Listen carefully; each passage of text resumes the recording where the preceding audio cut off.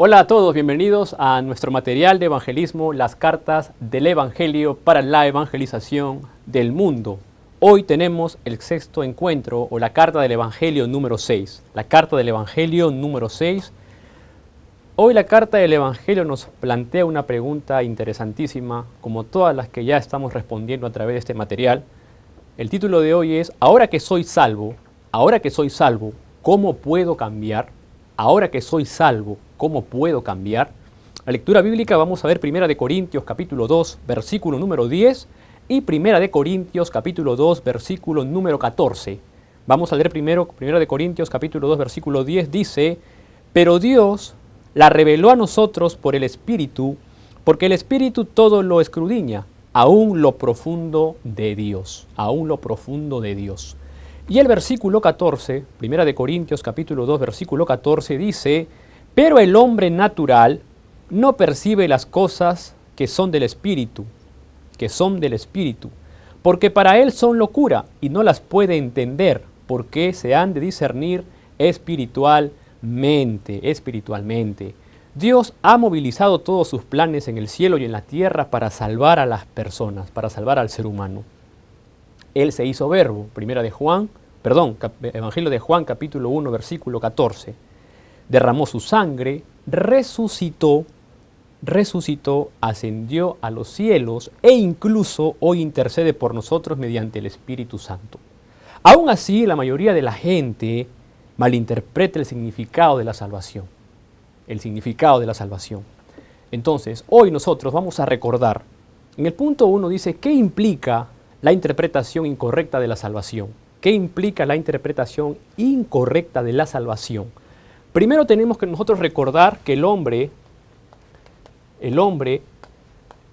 fue creado a imagen y semejanza de Dios. Génesis 1:27 y Génesis 1:28. El hombre fue creado a imagen y semejanza de Dios. Entonces, en el principio, el hombre es creado por Dios y recibe estas bendiciones, Pero aparece un problema, que es el problema fundamental de Génesis 3 del 1 al 6, más una consecuencia en Génesis 3, 16 al 19, que a través de la tentación y el engaño de Satanás, el hombre queda separado de Dios. El hombre queda en este lado y Dios queda en este lado a causa del problema fundamental de Génesis 3, que es lo que venimos viendo de la carta 1, la carta 2, la carta 3, la carta 4, la carta 5, que van también respondiéndose al mismo tiempo las preguntas. Entonces, ¿qué implica la interpretación incorrecta de la salvación? Mucha gente vive bajo la religión, mucha gente piensa que la religión es el camino para que el hombre pueda volver a Dios. Y aquí tenemos que hacer una diferencia, la religión y el evangelio. La religión es lo que el hombre ha creado, para tratar de llegar a Dios o para buscar a Dios.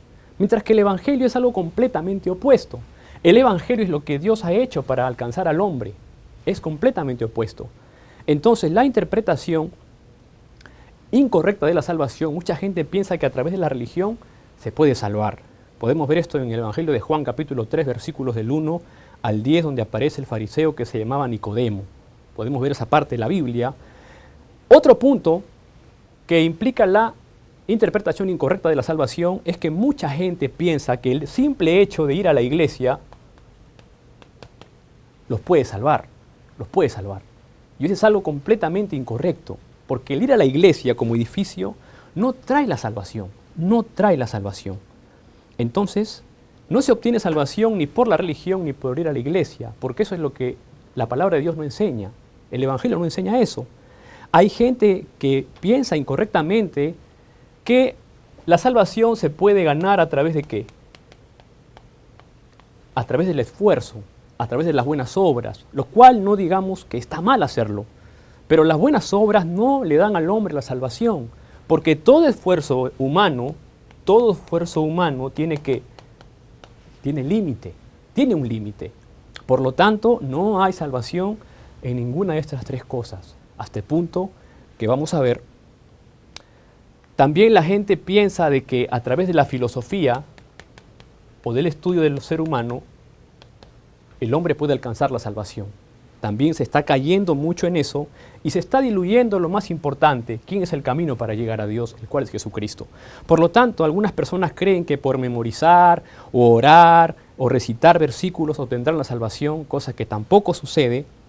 Y lo que genera todo esto, lo que genera la religión, ir a la iglesia siempre, el esfuerzo con sus límites, la filosofía, los estudios, lo que esto genera, va a generar en el hombre un cambio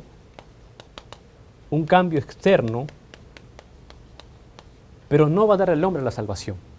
Hay cosas buenas que hay que rescatar de aquí, que es lo que produce cambio externo al hombre, pero no da la salvación. Esa es la interpretación incorrecta que hoy la gente está teniendo. Y nosotros como Iglesia de Cristo tenemos que saber, ahora que soy salvo, ¿cómo puedo cambiar? No se cambia a través de ninguna de estas cosas lo interno. Por eso el Señor, la palabra en Romanos 5:8 nos dice que aún siendo pecadores, Dios envió a Jesucristo a morir por nosotros. En Juan 14:6, la Escritura dice que solo Jesús es el camino, la verdad y la vida, y que nadie viene al Padre sino solo a través de Jesucristo. Es el verdadero profeta. En Romanos 8:2 dice la Escritura, porque la ley del Espíritu de vida en Cristo Jesús me ha librado de la ley del pecado y de la muerte. Jesucristo como verdadero sacerdote. Y en primera de Juan 3:8, el que practica el pecado es del diablo, porque el diablo peca desde el principio. Para esto apareció el Hijo de Dios, para deshacer las obras del diablo. Por lo tanto, es Jesucristo el único Rey de reyes y Señor de señores, verdadero profeta, verdadero sacerdote y verdadero rey. Solamente a través de Jesucristo, quien ha venido para deshacer las obras del diablo, quien ha venido para hacer este puente que dé al hombre la salvación, solo es a través de Jesucristo que el hombre puede volver una vez más a encontrarse con Dios. Es la salvación, por lo tanto, el hombre gana aquí una identidad de Juan 1:12, hijos de Dios, primera de Corintios 3:16, y se establece el reino de Dios en nuestra vida, Hechos 1:3. Entonces, ¿cuál es el estado de recibir la salvación? A partir de este punto vamos a ver el estado de recibir la salvación. ¿Qué quiere decir? Vamos a poner aquí punto 1, vamos a poner aquí el punto 2. ¿Qué quiere decir recibir la salvación? ¿Qué es lo que la carta número 6 nos enseña? Ahora que soy salvo, ¿cómo puedo cambiar? ¿Cómo puedo cambiar? Recibir la salvación es pasar de este problema fundamental que queda relegado a Génesis capítulo 3. Génesis capítulo 3. El hombre aquí recupera la bendición. Vamos una vez más. El hombre recupera la bendición aquí de Génesis 1:27 y de Génesis 1:28. Vamos a ver que el hombre empieza a tener un cambio interno. Es un cambio interno lo que genera el verdadero cambio. No solamente un cambio interno, sino que poseer la salvación significa que el Espíritu Santo mora en nosotros. Por lo tanto, nuestra vida empieza a ser plena. Empezamos a disfrutar de la plenitud del Espíritu Santo. En Romanos 8:2 habla acerca de que el Espíritu es vida. En Juan 3, del 3 al 5, dice que el que no naciere de agua y del Espíritu no puede entrar en el reino de Dios. Quiere decir que nuestro espíritu tiene vida. Tenemos vida. Romanos capítulo 8, versículo 2. Nuestro espíritu vuelve a tener vida. En Juan 14, 16 al 17 dice que el Espíritu Santo, el Espíritu de verdad, no nos dejará ni nos abandonará. Quiere decir que nosotros hemos ganado la vida eterna. Hemos ganado la vida eterna. Y no solamente hemos ganado la vida eterna, sino que hemos ganado y tenemos la guía del Espíritu Santo en nuestra vida de fe todos los días. ¿Cuándo descubres lo que es ser templo del Espíritu Santo? Tener la salvación es realizar que somos el templo del Espíritu Santo. Primera de Corintios 3:16.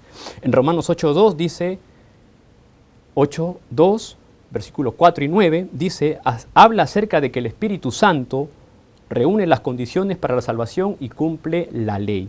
Cumple la ley. Romanos 8:2. Nos ha hecho libre de la ley del Espíritu. Nos ha hecho libres, perdón, del pecado y de la muerte. Del pecado y de la muerte. En 1 Corintios 2, del 10 al 14, dice, nos hace ver la voluntad, las bendiciones y la gracia de Dios. En 1 Corintios 3:16 nos hace ver que somos templo de Dios. Aquí, a través del Espíritu Santo, se arregla lo que no está bien. Podemos ver esto en Gálatas capítulo 5, 16 al 18. A través del Espíritu Santo nos guía a nosotros que somos débiles. Nosotros somos débiles, pero el Espíritu Santo nos guía y nos da fortaleza porque tenemos vida, porque tenemos plenitud y porque se genera un cambio interno en nuestra vida. Un cambio interno en nuestra vida que lo vamos a ver ahorita en unos minutos. Él te guía a la paz. El Espíritu Santo nos da paz y tranquilidad. Juan 14:27. Juan 14:27. Él responde nuestras oraciones. Romanos 8:26. Todas las cosas nos ayudan para bien. A los hijos de Dios, todas las cosas nos ayudan para bien cuando restauramos la imagen y la semejanza de Dios y escapamos del problema fundamental de Génesis 3 solo a través de Jesucristo, el Hijo del Dios viviente. Entonces, la pregunta también que se plantea en esta carta del Evangelio, ahora que soy salvo, ¿cómo puedo cambiar?, es saber cómo podemos entrar en este estado de salvación. ¿Cómo el hombre puede entrar en este estado de salvación? Y las respuestas son concretas. Primero es estar dentro de Jesús, es tener vida dentro de Jesús, quien es el Cristo. Nuestra vida está en